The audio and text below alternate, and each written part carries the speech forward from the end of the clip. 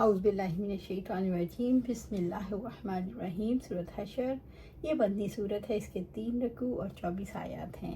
مصحف میں ترتیب کے اعتبار سے اس کا نمبر 59 اور نزولی ترتیب کے اعتبار سے اس کا نمبر 101 ہے۔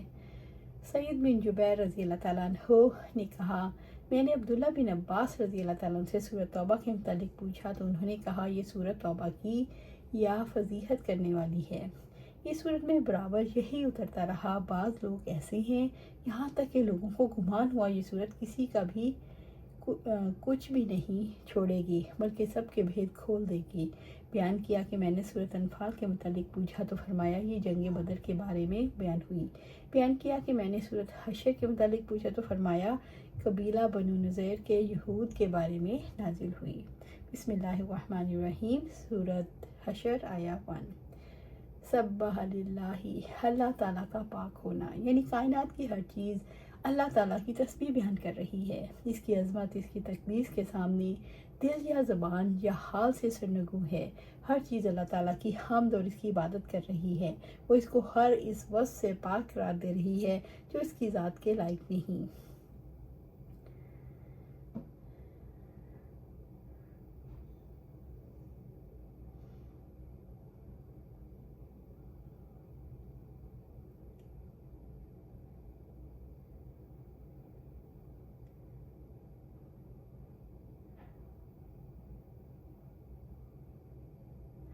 فسبح باسم ربک العظیم وہو العزیز الحکیم، یعنی سورۃ واقعہ میں ہے فسبح باسم ربک العظیم وہو العزیز الحکیم، اور وہی سب پر غالب کمال حکمت والا ہے، وہ اپنے انتقام میں کمال درجے کا غلبہ رکھتا ہے۔ اللہ سبحانہ تعالیٰ نے عزیز اور حکیم کا لفظ اس لیے یوز کیا کہ اللہ تعالیٰ نے ہر قسم کے اسباب سے جو مومنوں کے لیے فراہم کرتا ہے اپنے قلبے کا شعور دلایا۔ اللہ تعالیٰ عزیز ہے، وہ دشمنوں کو تباہ کرتا ہے۔ الحکیم ہے، وہ اپنی حکمت کے تحت ایسے حالات پیدا کرتا ہے جس کی وجہ سے کام اپنے انجام تک پہنچتے ہیں۔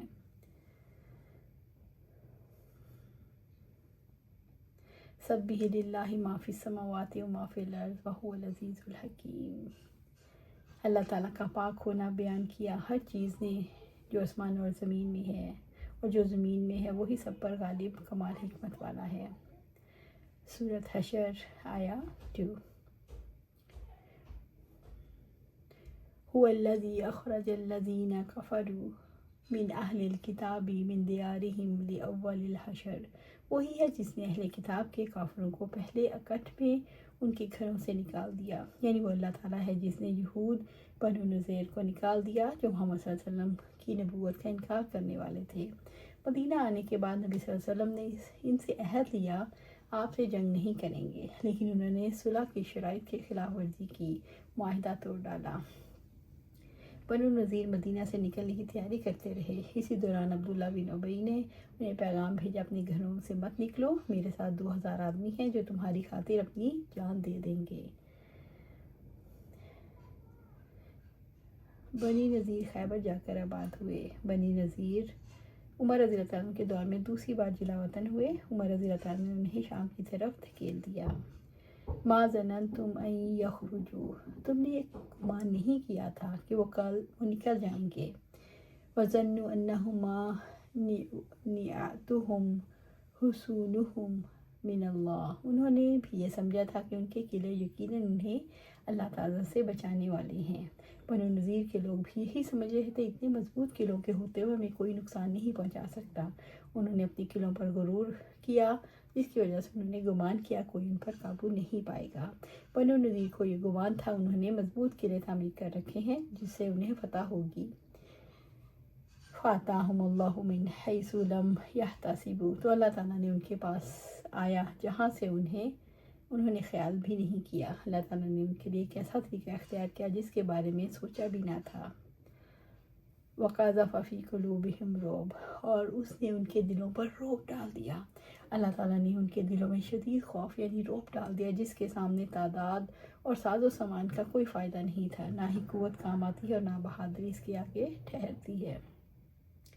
اللہ تعالیٰ نے بنو نذیر کے دلوں میں رعب ڈال دیا جس کی وجہ سے انہوں نے جلا وطنی پر حمادی کا اظہار کیا۔